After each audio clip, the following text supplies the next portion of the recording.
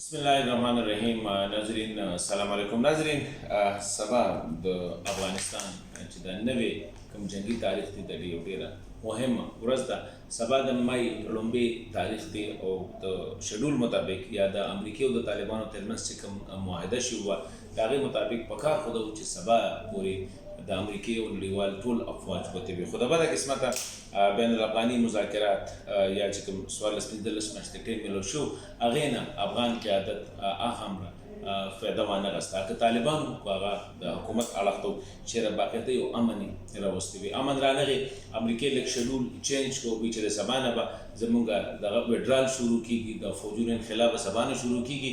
ناټو فورسز هم اعلان کړی دی. د امریکای تقریبا 200 کسان چې دي دا په افغانستان کې دي او دغه شانتې د ناټو هم کافي تقریبا 9000 پورې چې کوم دی د پاسه دا د ناټو یا انټرنیشنل فورسز دي. جرمني اعلان کړی دی چې هغوی د سبا نه شروع کوي.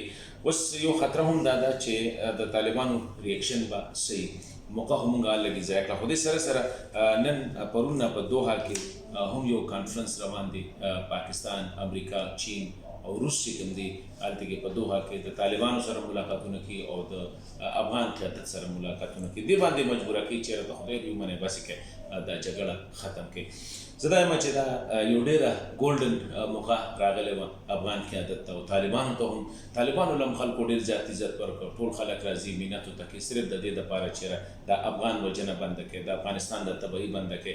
دغه شانتې د افغان حکومت ډیلیګیشن سره هم چې پاکستان، امریکا، روس، چین لګیا دي د خپل ستړي کړي، د خپلې هلې ځلې کړي د دې دپاره چې په افغانستان کې امن راشي. نو زه دا وایم چې افغان قیادت له هم پکار دي او په خاصه توګه طالبانو له چې لږ د دغه نه کار واخلي او دا کوم حالات چې دي چېرې په دې کې افغانستان یو بل جنګ کې بوخت نشي، حالات نور خراب نشي. حالانکې امریکایي جرنیل چې کوم دی د هغه د طرفه چې کوم بیان راغلی دی نو هغوی دا وایي چېرې د وډرال نه پس موږ دا نشو ویلی چې د افغانستان به څه حالات وي.